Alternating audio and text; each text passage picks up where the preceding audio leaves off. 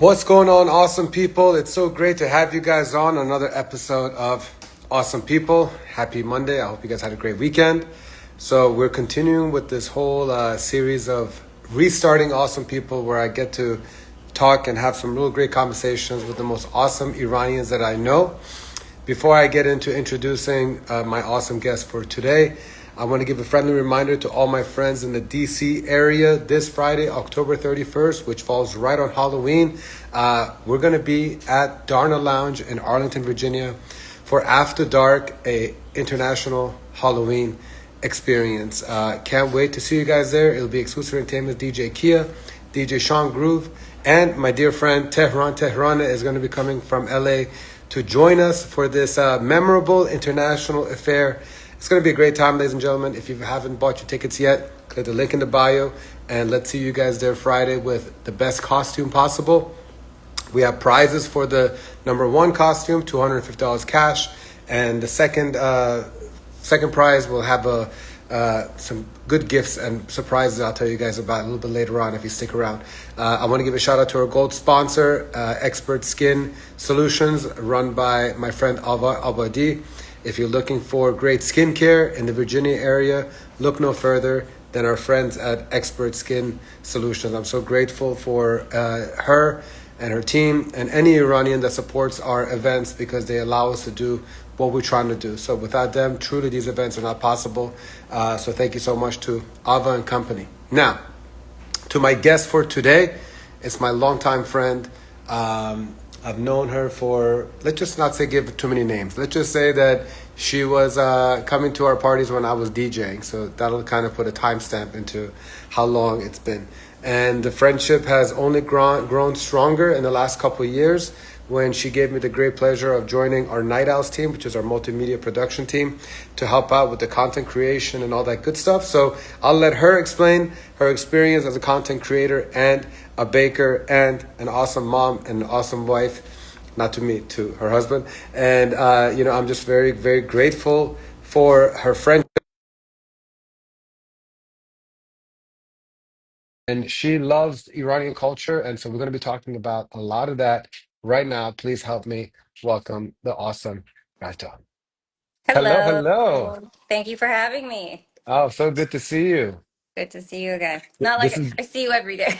I know, but this moment gives me a little flashback to the live streams that you've joined in the past, like in the middle Yeah. of the pandemic for Nowruz, when you were baking out of your place in Chicago and sending Oh my God, yeah. amazing treats to people all throughout the country and the world. So let's kind of start on that. For those who don't know you, go ahead and do a little brief introduction and how you got into and then we'll get into the world of how you got into baking and all the content creation stuff. Yes, so as you said, my name is Varta. We go way back from your University of Maryland days, still in high school, going to the parties. I love a good Persian event. I love a good Persian party, concert, mehmoni, any of it. But yeah, so like every other half the other Persian kids, I went to med school, graduated, realized this was not for me. So I changed gears into baking. So I turned my Instagram into a food account, primarily focusing on Persian food and other things. I did a lot of tadigs. Um, and then I started selling my bake stuff. So it's like modern Persian treats, so very much me. It was a Persian girl, Iranian girl growing born and raised in America. Like what were the flavors I was used to and the types of desserts that I'd grown up with, like living in the States. So that was, Persian, my culture is always a big part of everything I do, whether it be with what I work, when I'm working, when I'm doing having a party, having an event, or even having friends over. It's always there's hints of it in everything that I do. It's that much of a part of me. So when you were looking for someone to help you with content creation, this and knowing that you have your hand in the Iranian community so much, I'm like, this is perfect for me. And there are just so many things, like so many layers of it, which And you were pregnant at the time, and you were like, I just need somebody else to talk no, to. I just had Daria. I just had Daria. And Beautiful little yeah. Daria. So yeah, so I was like, I need to talk to adults. Like I can't spend my day talking to a baby. So, Yeah. what I want to kind of get into is back in 2019 and 20, because you were already creating this page and you were creating the tactics. I remember I was following your Mhm. content and I was like, oh, there's some really cool stuff. And the pandemic hit, so that's why it was natural for me to reach out. At the time, like in 2018, 19, there weren't that many Iranians using social media to kind of like put out all this stuff. And then all of a sudden you saw the major surge essentially during the Yeah. pandemic.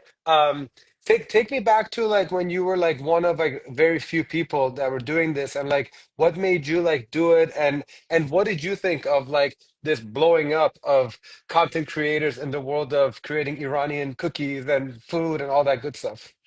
I think I don't personally, I can tell you I tried to do not Persian, not focus on Persian things at first, and just it was so that market is so saturated. And then every when I would try to do the not Persian stuff, it felt kind of forced.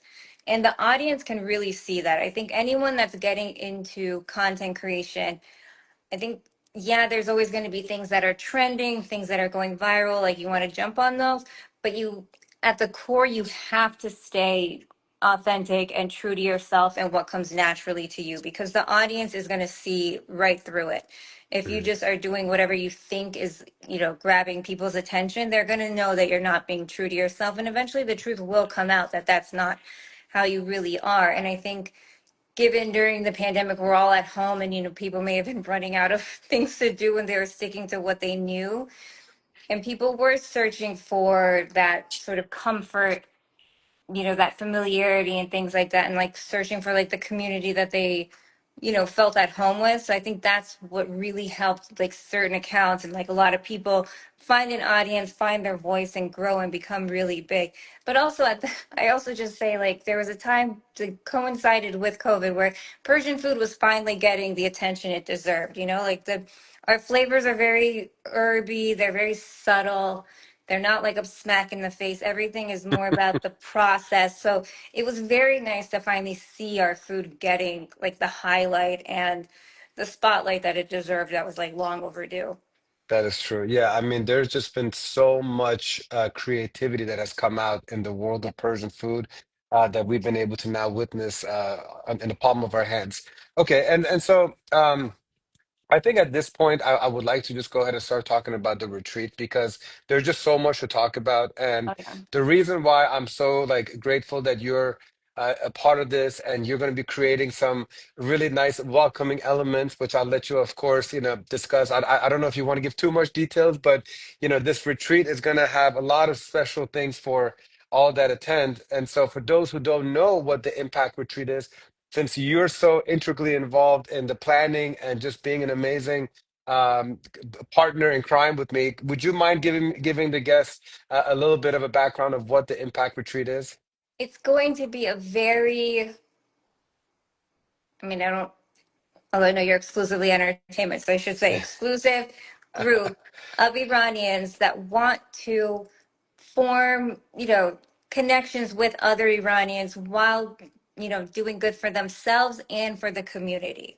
So that's, I think, the best way to look at it, where it's like you're taking time to focus on yourself, do well for yourself, but also be with like-minded people who are also focusing on, because I think Iranians have a problem with that. We don't, our idea of me time or treating ourselves is usually like a new purse or a new pair of shoes or new jewelry or something like that. We don't think of taking care of ourselves as being, what, let's take care of the mind, body, and soul.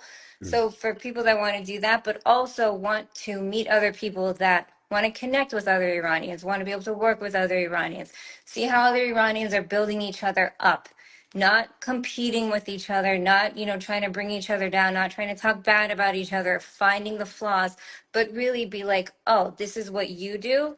This is what I do. We might not be in the same field, but here's some stuff that I've learned. It could help you out. Here's some stuff that I've learned. It could help you out. Let's help each other. And I think that's, the big, one of the big hurdles that we have as Iranians just kind of have, which I understand, we all went through the same kind of trauma, but we all have different lived experiences that have made us react the way that we react.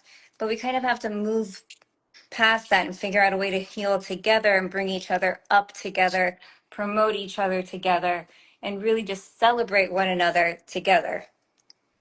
I'm so glad that you started off with explaining the retreat for this element because there's so much more to it Yeah. that's happening January 16th through the 18th in Miami, and there's so much more in addition to these connections and collaborations with Iranians. Is that there's health and wellness elements involved, from sunrise yoga to soulful sound baths to some physical activity to get us kind of sweating Yeah. on the bay, on the beach, and then of course we have all things Persian, from Persian food to Persian music. We got Yes. exclusive entertainment, DJ Kia coming. We're going to be having a sunset cruise. But what you just said, the heartbeat of this retreat is the Kandú Conversations. And those are, for those who don't know, Kandú means beehive. So the idea is that, we're bringing these 14 awesome Iranians from around the world in one area, in an incredibly and beautiful city of Miami. And we're going to come here with some intentions. And the intentions is to understand each other a little bit more, listen a little bit more, be inspired by each other, and then, just figure out how we can use our collective network to support each other and, help each other elevate. That's one thing that unfortunately has been missing in the Iranian community. We've been very competitive because of a lot of reasons that has to do with our, Yeah. the history and culture and all that good stuff. But, like there's so many different like groups and associations for networking for like in an American, demographic, but for Iranians, there's just not that much, And so we are hoping that, we get these individuals coming together and just uniting and conquering. So my question to you is, what can you give us a little example of perhaps what elements you're going to be creating for those guests? So as you kind of hinted, I do have welcome boxes that I'm going to be making for all of the guests. Very, if anyone's familiar with my products in the past, and they're going to know like some of the things to expect. But I think also, given the health and wellness aspect of the retreat, in addition to the connections being made, I'm going to be adding a health and wellness component to it, because I don't think a lot of people realize how old, how much just herbal medicine and herbal remedies Iranians have. And I mean, think back to like if you got sick and if you asked your grandmother what to do, she never said go take a medication. She would say like take this, eat this, do that. And there's like a resurgence for that, like in the mainstream, that people are like, okay, you know what? Maybe let me not put more chemicals in my body. Let me find a more holistic, natural way to heal. And I love that coming out. So I'm gonna have some elements of that in there, as well as some treats, because it is Miami. We are going to be having fun. We're going to be partying. So everyone, I believe you have to treat yourself. And then just some other cultural, some things I don't want to give away, for future celebrations, some things that'll be useful for other Iranian celebrations in the future that people can have. So I'm excited for that. I'm very excited for the conversations. Like you said, I'm married. I have a daughter. I am pregnant with baby girl number 2. And something I noticed, or that I really learned during my pregnancy with my first, there's so many aspects of even pregnancy and motherhood that Iranians just don't talk about. Iranians have such an aversion to anything, like even the slightly uncomfortable conversation. No one likes to say that they're having a bad day or let someone know that they're having a hard time, or that, just any of that. So, but which can be a little isolating. So I really loved when some of the most open and honest conversations I had were from people that I met on Instagram, like people that I've never met in real life. Mhm. And just having these very open, honest, vulnerable conversations of like, yeah, this is what like I'm going through. These are the things I've been dealing with. And I'm really looking forward to that, to having this setting where it's like open yet intimate. You know that people are there for the right reasons. They're there for wanting to connect, wanting to grow, wanting to take care of themselves and the community, so we can have these uncomfortable, they shouldn't be uncomfortable, but have what we consider the uncomfortable conversations that need to be had in order for us to be able to really grow. Yeah, and they don't even all have to be like uncomfortable. They could just be eye-opening. They could, Yeah, just kind of like understanding that everybody has had different experiences yeah, going through being an Iranian immigrant. And so I am looking forward to individuals opening up, and hopefully they will be as transformative as we hope. And maybe right now we can also tell our friends that we're going to be launching the Can Do Conversations Zoom series, which yes. I hope that will have the same impact that you have had through connections through Instagram. And if anybody wants more information about the retreat, they can click the link in the bio and apply. And would love to see you in Miami, January 16th through the 18th. But yeah, so the Kandú Conversations Zoom series is what we're kind of like doing to hopefully connect Iranians from all around the world, because you know the retreat is obviously going to be for those who come to Miami, but we feel like these conversations are necessary for us to kind of go through. So tell me a little bit about, you know, what you hope that we accomplish together via the Zoom series that we're going to be launching next week. So oddly, I think that those are actually going to be easier for people to kind of open up with and like really give their opinion and give their views on, because there's no, preconceived notion of like, oh, these are people that like I do X, Y, and Z with. Like, I don't want, maybe I say something and then they feel uncomfortable. It's a weird thing where it's like when you're with strangers, sometimes you For a tend whole to be, weekend. yeah, you tend to be more open. So even in an online setting though, people tend to be a little bit more open. They let their guard down because it is more, you're at home in your own little space, but talking to people that you don't know where they are. And so you tend to let your guard down and have a more open conversation. So I am like, again, I love hearing the different perspectives of Iranians. I mean, even my husband, I grew up in Virginia, my husband grew up in Chicago, and as two Iranians, we had two, I mean, you couldn't have more different experiences as growing up Iranian in America. And it was very mind boggling when we were saying things. He's like, you never went through this. I'm like, I can't believe you went through that. Like, I never dealt with that. Just little things. And so, Yeah. and that's my husband, who I think, clearly we have a lot in common. We got married, but there's just certain experiences you don't even think of that people have gone through. And we have to have those and understand each other's perspectives more, to understand each other better, to understand ourselves better, and to understand maybe like why do people react the way they react, or maybe people are a little more rigid or than others or whatever, because if they've been through something where they have to keep a guard up because they've been treated a certain way, they're going to have a guard up. Whereas if growing up in Virginia, I had the benefit of so many Iranians and like all the different like Iranian events where it's like I don't have my guard up like that, because I'm like, no one's going to think I'm weird for having a Nowruz party in my backyard or something. It's like they're used to it. Whereas in Chicago, people are like, "Oh my God, no, they're gonna look at you funny." It's just little things like that. Chicago is weird, um, but like little things like that I think we have to have those conversations, and it's helpful. You cannot, like, nothing bad ever comes out of a conversation, really. Especially if you carve out anything that's related to politics and religion, which is what Yes, we're yeah, 100% no doing. Like, politics. I have this feeling, Varta, that we like uncrack this code, you know, because if you don't create those boundaries and those guardrails, like we've literally seen how things just derail, you know. And I'm not talking about Zoom calls, I'm talking about friendships, I'm talking about Oh yeah. families. You know, you and I have talked about this kind of stuff a lot. And so that's been something that I've learned is that, you know what, like um I feel like our team can do a lot to bring Iranians together, you know, and I'm like, you know what? I need to set aside my personal beliefs about politics aside and really for us to just focus on so many things that we have in common, so many things that we'd love to be able to talk to fellow Iranians about. And so I'm really really excited for this Can Do series to be launching. But I am curious what you believe is one of the reasons why it's been so difficult for us to like grow this community, because you've been a part of this now for the last 2 years with me, and like you see how like we try so many different things, you know, and sometimes things don't get the response that we hope or the reaction that we hope. In your opinion, why is it so challenging to be able to get Iranians to like come together and really build a strong and supportive community? Ooh, I feel like if I had a direct answer to that, I would I You'd would be be selling that solving a recipe. lot of like I'd solve a lot of problems. I think that's a multifaceted question, and I don't think there's just one answer.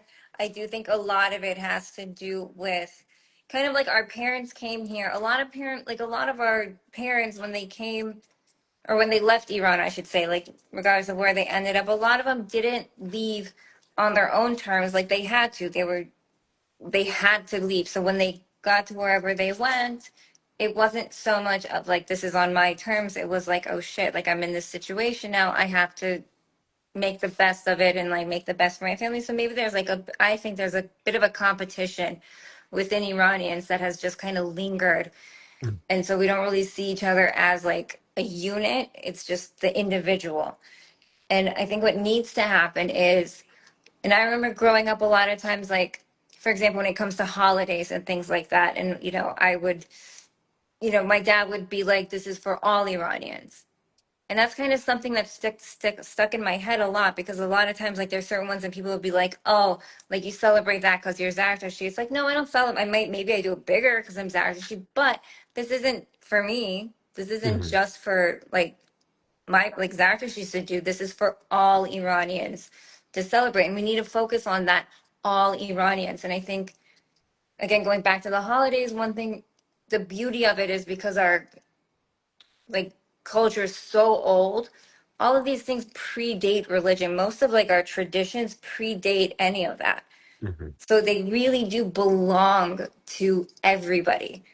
And I think that focus of what belongs to everybody, somehow I wish I knew, but it got lost along the way. So instead of focusing on the whole of like what do we all share, people just focus on these like niche groups. And I don't like focusing on the niche groups. Hmm. Like, no, when Hmm. something belongs to all of us, we should all come together and celebrate it. But I think the competition part of it, without bringing up politics and religion, I think the competition within each other has caused like a divide and people wanting to be like, well, okay, then I'm going to stay in this little group. Everyone stays in their own little group, and then we don't get to bring each other together. But I think we've talked about this. Just we have to focus on the things that bring us together, the things that we all celebrate together, that we can all do together, things that matter to all of us. You And know, that's the way one forward.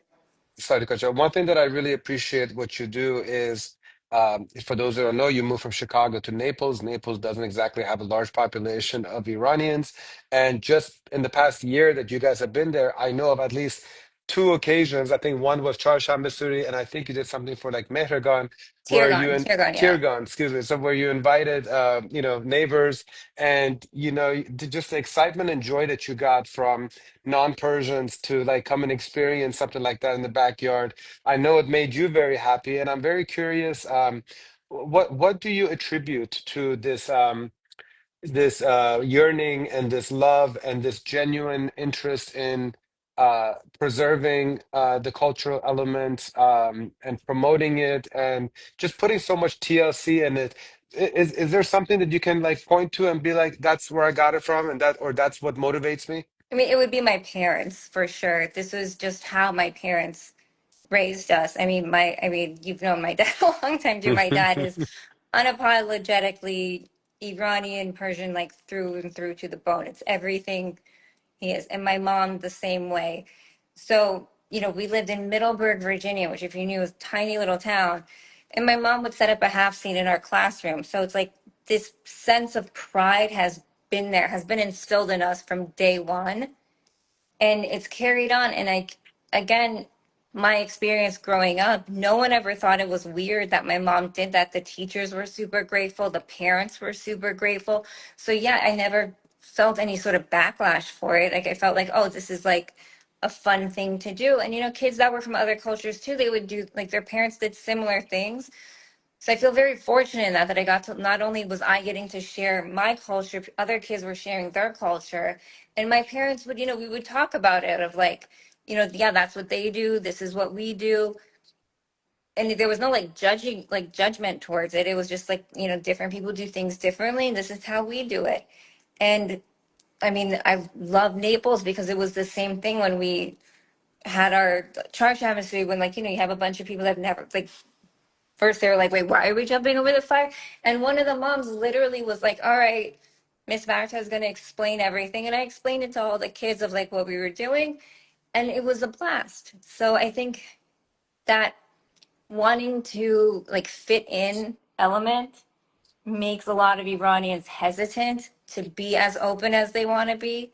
But I think they would really, America's a melting pot and they call it a melting pot for a reason. This is like the one country where you can be proud of where you are and also be proud of where you're from and share it. And I think for some reason, Iranians don't take advantage of that as much as they should. And I think my parents took full advantage of that.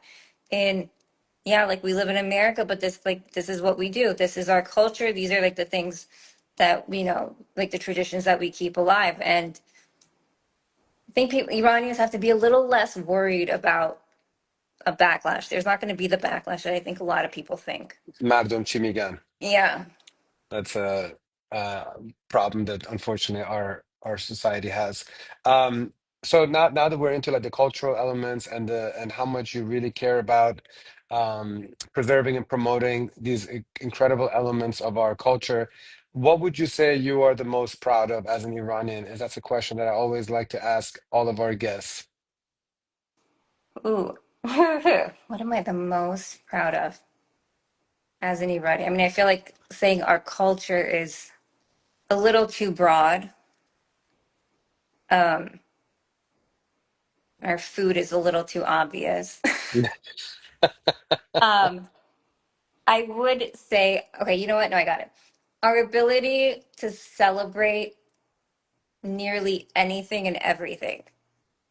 And Especially during hard times. yeah, and I think that is a really beautiful thing that we are able to, like, even when times are tough or when things are like going, you're going through a rough patch or something, there's always this part of like focus on the positive, find a reason to celebrate, find a reason to find joy.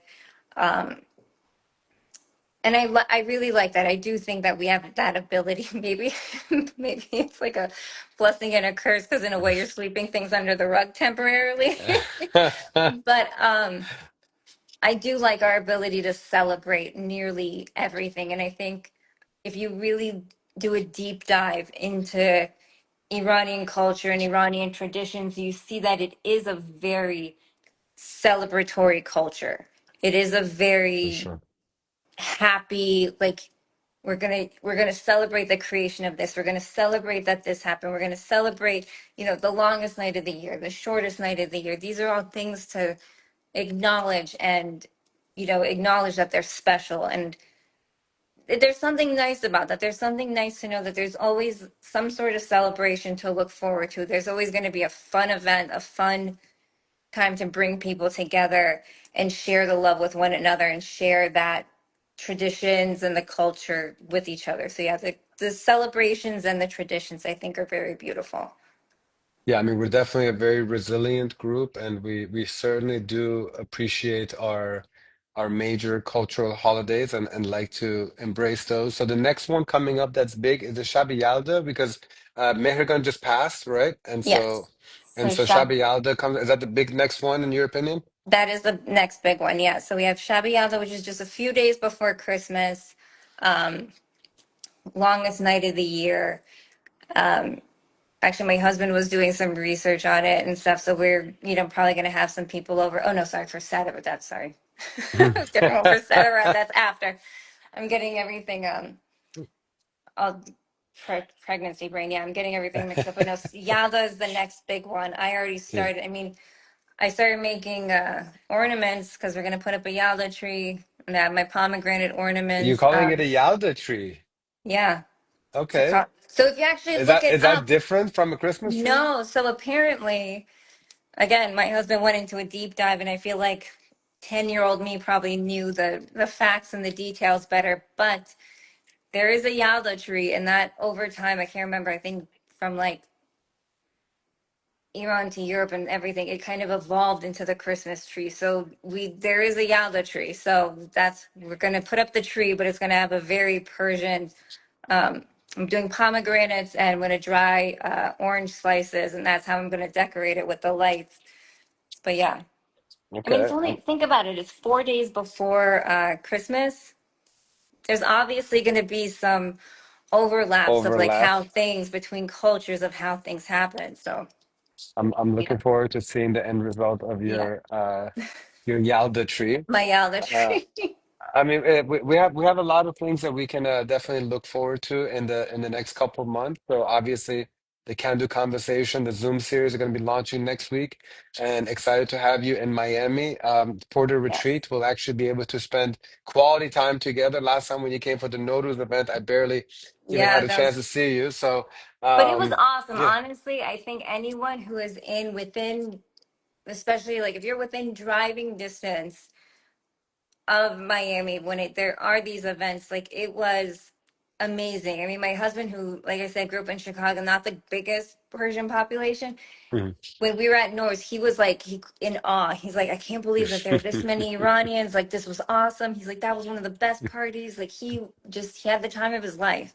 I love it. So, I mean, I cannot recommend it enough to people that it's, yeah, like you're with your own people. It's nice to feel like you're with family. Yeah, no, I mean the Miami Nowruz with like around 600 people was super memorable, Amazing. and we have some exciting things planned for this next Nowruz. But before then, you and I have our hands full with a lot of exciting Yes, projects, and I just want to thank you again for everything that you've been doing, for Night Outs, for Unite and Conquer, for EE. Like it's been a very turbulent last year or two, and you've stuck through, and you've continued to believe in this whole mission and not just believe in it, absolutely. but contributing in it. And so really, really grateful for the friendship and the camaraderie and Same. all the talents. And it's been great to build a great virtual friendship with your husband. We've been, sharing a lot of memes in the past year or two, and I look forward to actually spending quality time with him as well. He's a Yeah. great guy, and I'm very happy for you guys expecting a second one too. Yes, thank you. And yeah, so let's get back to work. We have a meeting in an hour. No, I'm just joking. But Of but I course. appreciate you making time. Much love. Thank you so much, Thank Varta. you so much. All right. Mohkan mirim Jono. Take care. I'm meeting So, you. ladies and gentlemen, that was the awesome Varta, and I appreciate her for joining us. And so, just a quick reminder that if you would like to join the retreat, you can click the link in the bio. If you're in the DC area and you want to join After Dark, the Halloween experience at Darna this Friday with DJ Kia, with DJ Sean Groove, and with Tehran co-hosting it with me. Link in bio for more information and tickets. Much love. And tomorrow, speaking of Tehran, 6 p.m. Eastern Time, he'll be my guest on Awesome People. And these awesome conversations with awesome Iranians will continue. Much love, guys. Mokan Awesome. beim Jalof. Thank you. Bye. Bye, Valtijan.